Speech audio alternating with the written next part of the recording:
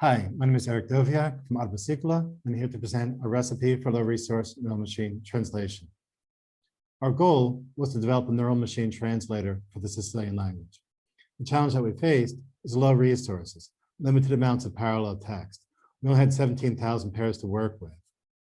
Our solution is to model the language, to incorporate theory into the data set, the tokenization, and the subword splitting. Previous literature on the subject of low-resource translation has suggested back translation and multilingual translation to augment the data that you have. It also suggests avoiding overfitting by training a smaller model for the smaller data set, in particular to train a smaller network with fewer layers with small subword vocabularies. We build on that by modeling the language, incorporating theory into the data set, tokenization, and subword splitting, so the model learns like a human learns, for example, by conjugating verbs. And by incorporating theory into the modeling process, we were able to train a good translator and put it online. For example, con i nostri traduttori potremo traducire poesia siciliana in inglese. With our translator, we can translate Sicilian poetry in English. Now, before I tell you more about that, let me just tell you a word about the Sicilian language. What is Sicilian, right? Okay, go back to the 13th century, the Holy Roman Empire. The Sicilian School of Poets at the court of Emperor Frederick II developed the first literary standard in Italy. That literary standard inspired Dante, the father of the Italian language. The important point here being that Sicilian emerged as a literary language before Italian did. Today, people in Sicily, Calabria, and Puglia still speak Sicilian every day. It's the language spoken on the street here in Brooklyn, where I live, and by millions of people around the world. And here in New York, for the past 43 years, Arba Sicula has been organizing poetry recitals, concerts, cultural events, tours of Sicily, and importantly for our purposes, publishing books, translating Sicilian proverbs, poetry, and prose, publishing a bilingual journal. This bilingual journal, Arba Sicula, provides most of the parallel text for our data set. Then we also collect more parallel text from Arthur Daly and from the homework exercises I'm going to describe to you in a moment. Now we're going to train our translator on parallel text, but we did not start this project by collecting parallel text. When I say we here, I'm talking about Arba Sicula.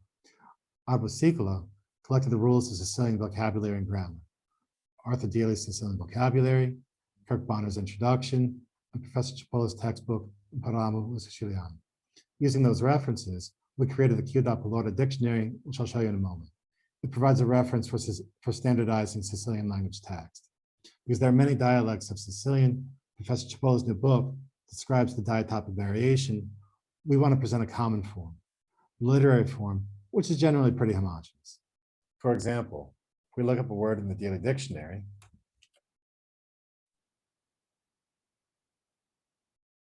we get a list of translations for some of the words, more about the word. Here we have the verb command, comanare, some poetry, proverb, and the conjugation.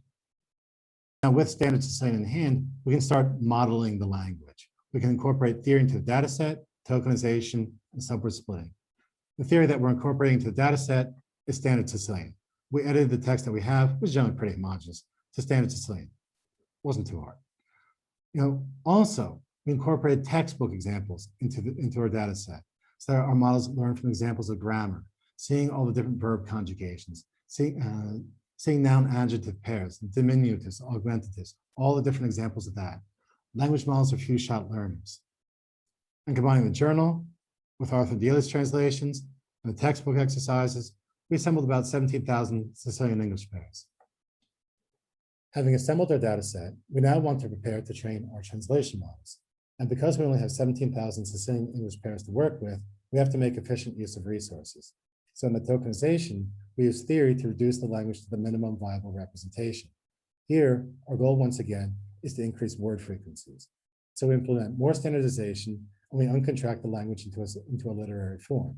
For example, the spoken form, e parari cu studenti, can be uncontracted into the literary form, io a parari con gli studenti.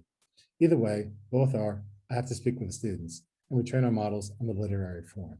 But before we do, we also convert the text to lowercase and remove any remaining diacritics, creating an ASCII representation of the language, the minimum viable representation of the language.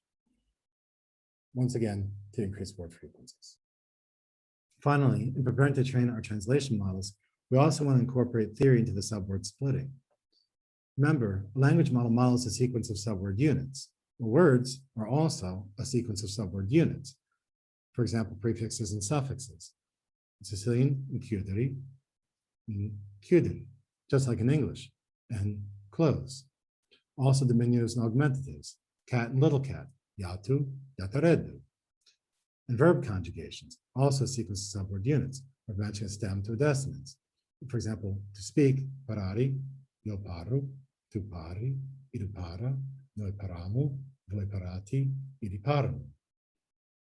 Okay, so what we want to do here is we want to bias the subword splitting towards those theoretical stems and dissonances so that our models learn a theoretic sequence of subword units.